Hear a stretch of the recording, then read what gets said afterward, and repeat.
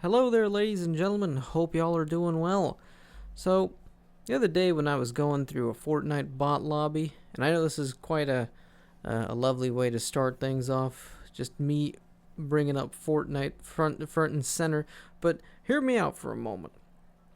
The thing I wanted to say is, as I was going through a bot lobby in Fortnite, enjoying my 25 to 30 kills in one game and getting that dub without really ever killing a single actual human on the other end of a monitor somewhere across the globe, and just basically my point that I'm trying to make here. I know I'm making it overly exaggerated compared to just me outright saying, so I was in a bot lobby in Fortnite, I killed a bunch of bots, won the game, felt good about myself for a brief moment, but then I thought to myself, because I know that some people have complained before in the past about the whole idea of using bot lobbies in Fortnite. It's not really considered a form of cheating, nor is it really exploiting anything. What you're just simply doing is you create a second you create a second account in Fortnite. My apologies on the slip up of my words over there. But you create another account in Fortnite using another email, and you make sure that that account doesn't get leveled up at all. Well, the account levels, there's a whole separate thing between the levels you do for a battle pass and levels you do for an account. Now, your account levels are indicative of what kind of, to my knowledge at least, I'm not deep in the in how Fortnite leveling fully works on across everything, but to my knowledge, once your account reaches level 10 and above, the game will automatically start putting you into lobbies with actual people in them. If you're below level 10, the game will start putting you in bot lobbies. It's essentially Epic's way to get you to actually stay hooked onto the game. If the first match or two, or the first like 10 matches of Fortnite are a success for you, and you do fantastic, and you don't have to worry about getting absolutely eviscerated by a person behind the monitor several miles away and God knows where, then you, the guy who just decided to play Fortnite, or girl, depends on who's playing. But if you are the individual who decided to play Fortnite, this makes you feel really good about yourself and you'll want to keep playing.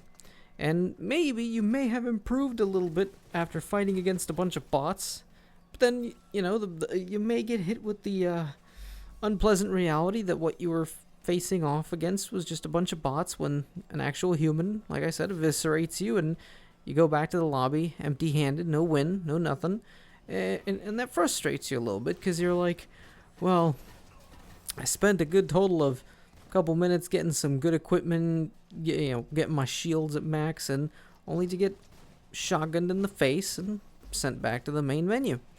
Which, this brings up the whole idea of, well, what exactly, is it okay to take the easy path in this sense? I'm not trying to get all philosophical and deep here, but the point I'm trying to make is it okay at times when you just want to take the easy path when you're playing through a game? And not just in Fortnite, but in a whole bunch of other games, in single-player games. Now, I'm not referring to cheating. Cheating is a completely different thing.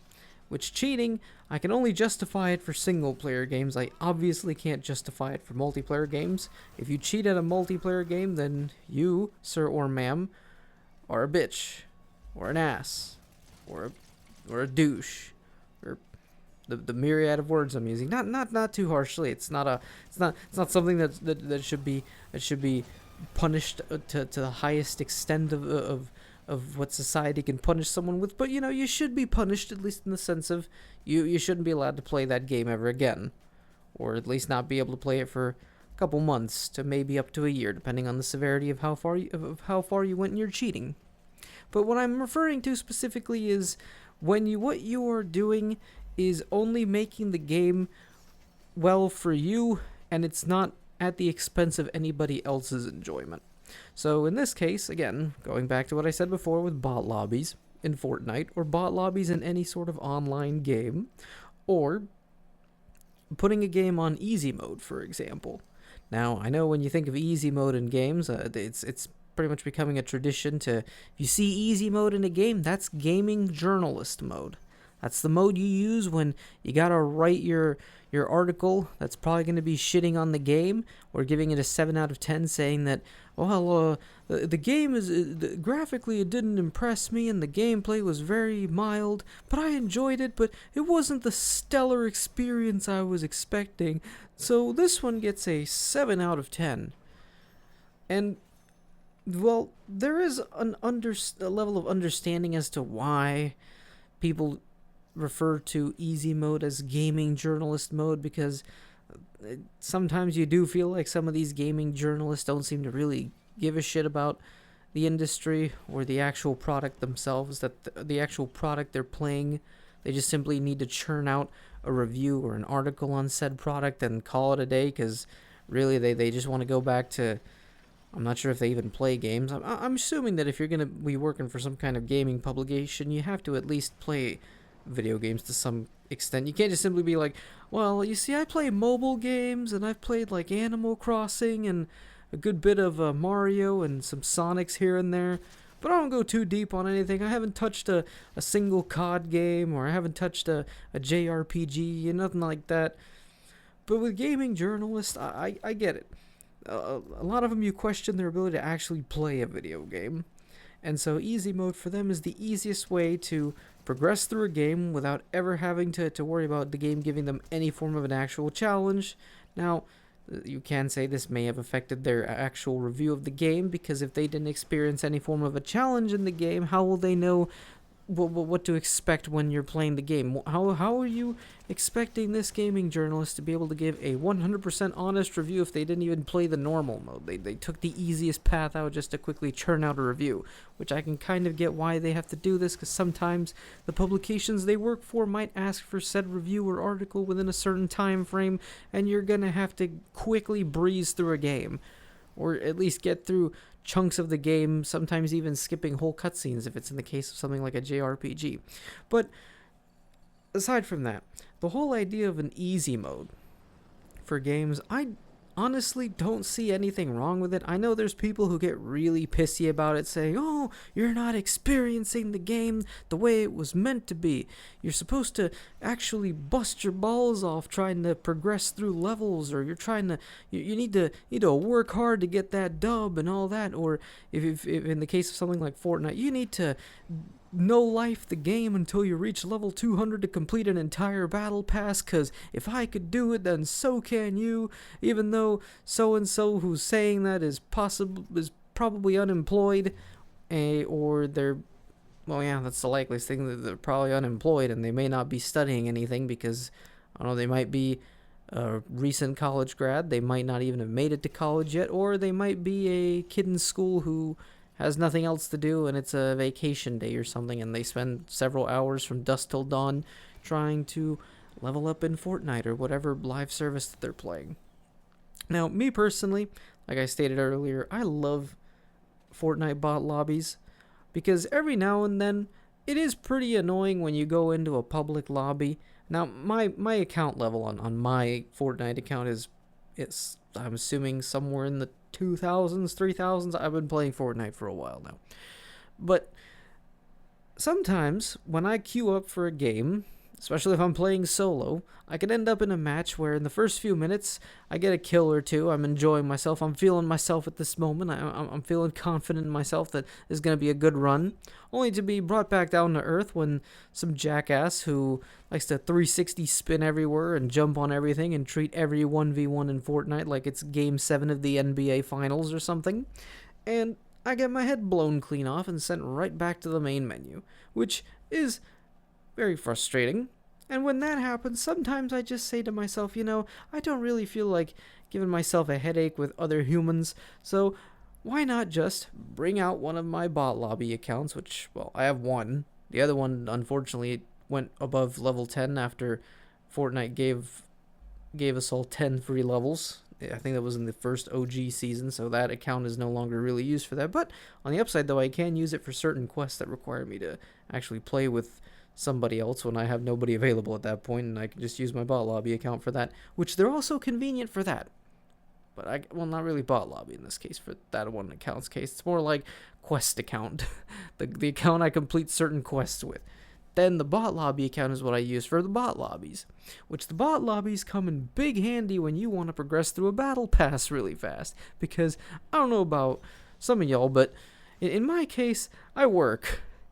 When I come back from work, the last thing I want to do is sit behind my screen and get destroyed every single game of Fortnite. Now, some people might say, "Oh, you suck at the game. You're not a true gamer." Just to give you an idea, I've been playing games since the N64 days. I've played through stuff like Super Mario 64, GoldenEye 007, which was one of my first games, if not my first video game ever, when I was little. I played through the PS2, experienced stuff like Ratchet and Clank and Sly Cooper and Shadow of the Colossus, games like that. Went through the PS3, Xbox 360, and the Wii. I even own an original Xbox and a GameCube. Now, some of these consoles may not work anymore because this is Florida and the humidity and all that and dust over the years, because obviously I was just a kid and I didn't understand the concept of dust building up inside of a console and killing it from the inside. Basically, I didn't fully understand all that, and as a result, some of these consoles may not be fully functioning anymore, but they may still be good for disassembling and replacing parts, but I'm not going to do that because I'm not going to spend the money on that, and emulation exists. Anyway, that's beside the point. Main focus here with using an easy mode or using a bot lobby. It makes things convenient for people like me who have to go to work during the day. When we come back from work, I need to relax, because work may or may not have been stressful for the day. And for a gamer such as myself, something like video games is one of our favorite pastimes. We want our favorite pastime to be enjoyable, because if I'm not having fun, then I'm obviously not going to be too happy at the end of the day. Well, I'm not going to say it's going to shatter my happiness and my hopes and dreams, but it's just going to, put a damper on my day. And I want to make sure that I avoid that sometimes. And to avoid that, bot lobbies. Now, I do understand if you want to enjoy the game, again, this goes back to what I said about before with cheating. When it comes to cheating, if you are cheating in a game and it's not affecting anybody else's game, then it's perfectly fine, in my opinion. And this mainly just goes for single-player games, because in multiplayer games, there's really no instance of where you can cheat to where it's actually going to not ruin somebody else's game.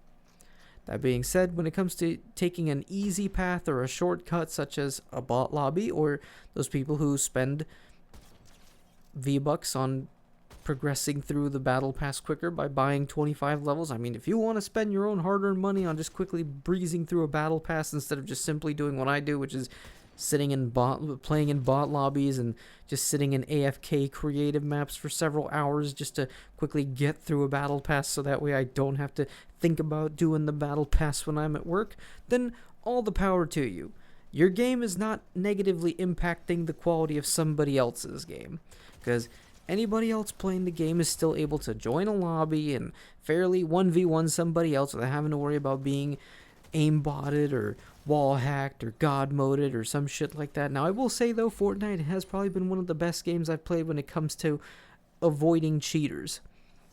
Not so much the case with Call of Duty. Call of Duty is really bad at cheaters, but Fortnite, on the other hand, has been pretty decent at stopping cheaters. It's very rare when I encounter a cheater in that game, and usually when I encounter a cheater, they tend to mainly be using something like aimbot, and it's pretty obvious when you're getting shot out of the sky by weapons where you shouldn't be getting shot out of the sky when people use them on you.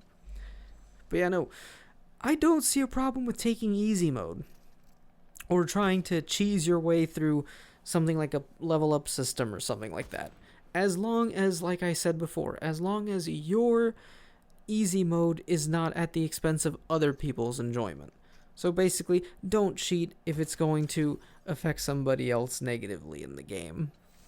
And really, the only case that this would apply to pretty easily is for single-player games, in terms of cheating to where it doesn't affect anybody else, because you're really only affecting the experience for yourself. If you want to cheat at a single-player game, be my guest. Because, again, it's your own personal experience. You wanted to add whatever to the game to make it a little easier for you. Aside from playing it on the easy mode, all the power to you.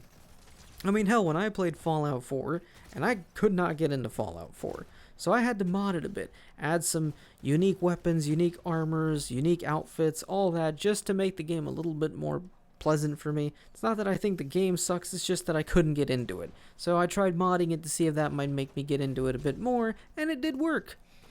So making things easier for yourself when it comes to your own personal experience with a game, and it's not ruining the experience for anybody else, I don't see a problem with it. Now, I know that there are people who do see a problem with it where they'll say, oh, well, it's time you get good, man, or get good, bro. Why you gotta suck at the game? You gotta improve at it. You're supposed to make sure that you try hard at everything, even if you just came back from an 8-hour shift at work, or you just came back from your hours of classes or whatever. You gotta still bust your balls off, because if I had to bust my balls off, then so should you, even though you not busting your balls off is not affecting my experience at all. If I still want to bust my balls off, I can still do that, but I don't care about anything, because I need to feel angry about something, and I need to feel angry about the fact that you were able to breeze through something that took me days to do. But again, there was no significant advantage between the two of us. You were just smarter in how it is that you progressed through the game compared to me. But again, people who shit, gamers in particular, who shit on other gamers for playing through easy modes, or going through AFK XP maps in Fortnite, or just AFKing in specific games in lobbies where you are able to AFK, just so that way you could get specific items or progress through a battle pass or a leveling system. I don't see a problem with that. You're not hurting anybody else's experience, you're just making your experience a little bit smoother. And honestly, that's perfectly fine. You're still enjoying the game, the other people are still enjoying their game, everyone's happy.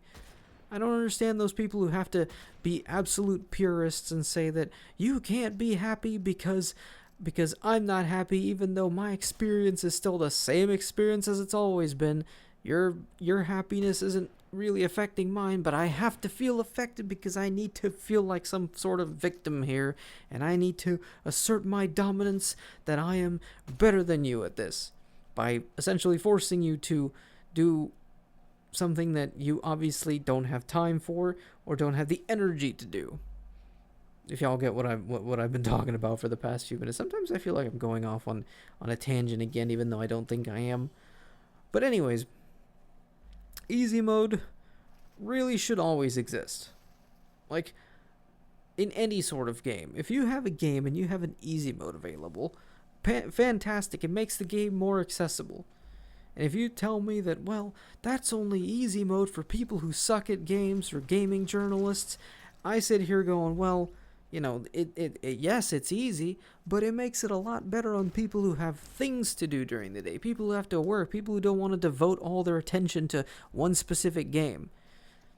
One thing I have said, I will say, is that when I've experienced games like Persona 4 or Persona 3 or 5, I usually tend to play the game on the easiest setting. Now, people will say, well, you can't, figure out how to strategize for a battle. Well, I don't feel like doing that. Personally, me, I'm not very good at turn-based games.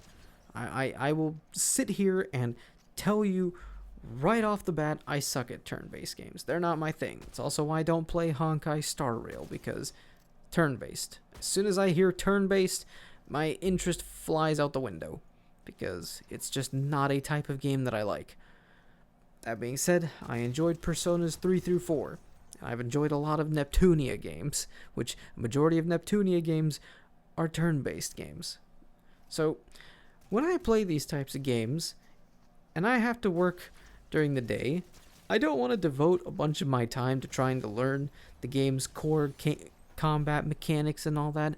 I just want to be able to experience the story, take it all in for myself, and enjoy some form of mild combat. So even if I know I'm gonna cheese my way through it and it's gonna be easy, at least I'm able to experience the game in a way that's enjoyable for me, to where it doesn't feel like I have to take a good chunk out of my time and have this as a great time devotion. Like, I gotta dedicate my hours of my life to actually experiencing this in a way that other gamers deem it as the appropriate way to experience it, when I could just simply cheese my way through something and I still enjoy it. And I'm not affecting anybody else's fun with the game because it's all contained in a small enclosed area that is only meant for me.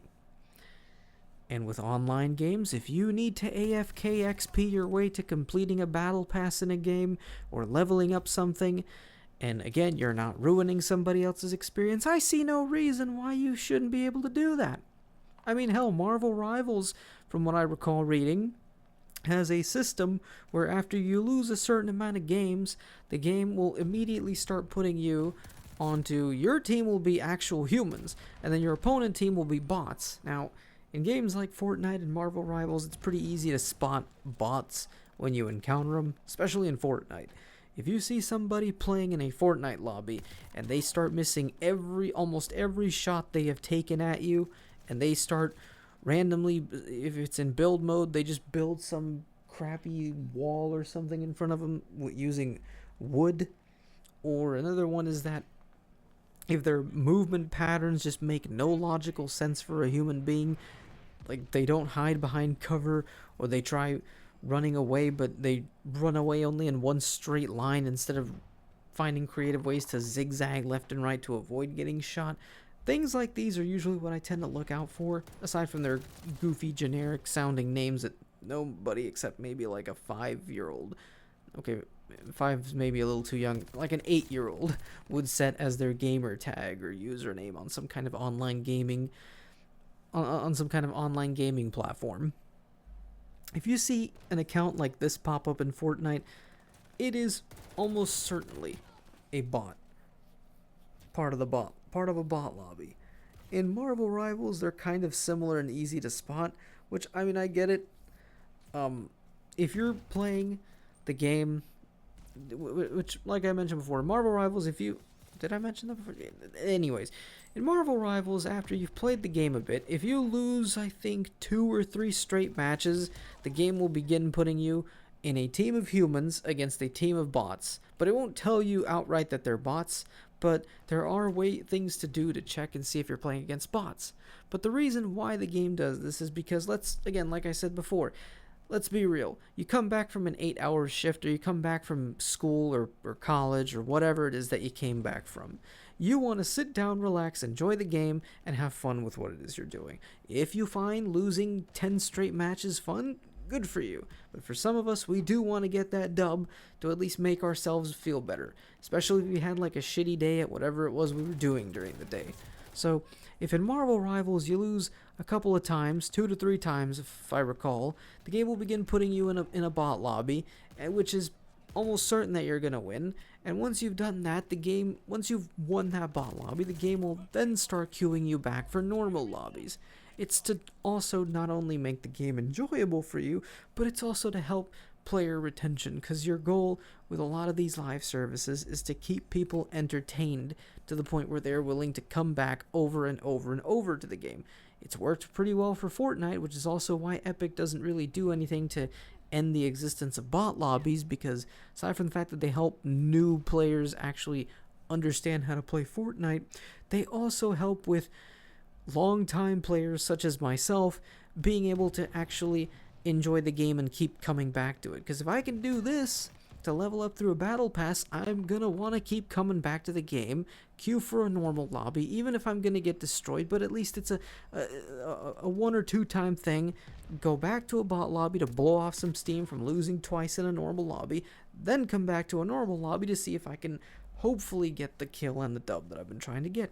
And this is a strategy that works really well for Marvel Rivals. I know some people have said, well, I don't want to experience bots because my wins don't feel earned or genuine or whatever, and I feel you on that, But in the case of something like Fortnite, if you want that hard-earned win no matter what, then just play a competitive lobby. Same thing goes for Marvel Rivals. If you're worried about a bot lobby popping up because you sucked for 2 to 3 games, then just simply play competitive. You won't have to worry about that there. But no, shitting on other people for the idea of wanting to make their gaming experience just a little bit smoother is kind of a bit of a dick move to do. Your game's not being ruined. Their game's not being ruined. Everyone's having fun and enjoying whatever it is that they're doing in their game.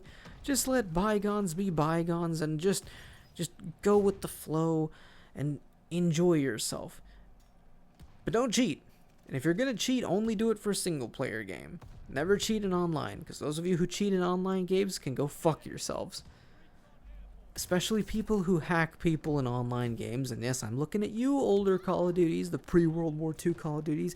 People who hack in games to ruin other people's day, whether it's ruining the game for them or ruining life for them in the case of the rat exploit hackers in older COD titles. Y'all can go royally fuck yourselves. Because I have experienced a few games of certain games that I play, like Fortnite, where I have had my game cut short thanks to the actions of a stupid cheater, which usually what I always do in that case is report them if I can. If not, find some way to make sure that they're reported to whoever they need to be reported to, so that way they can be taken off the game and your experience will still be enjoyable, and so will everybody else's. Don't cheat at all. But if you can at least make the game easier and more tolerable for you without ruining the experience for anybody else, go for it. Because honestly, it's your game, your time. Do with it as you wish, and have fun. I think that'll do for today's little ramble. Hope y'all enjoyed this one. Thank you for watching, and see y'all next time. Peace.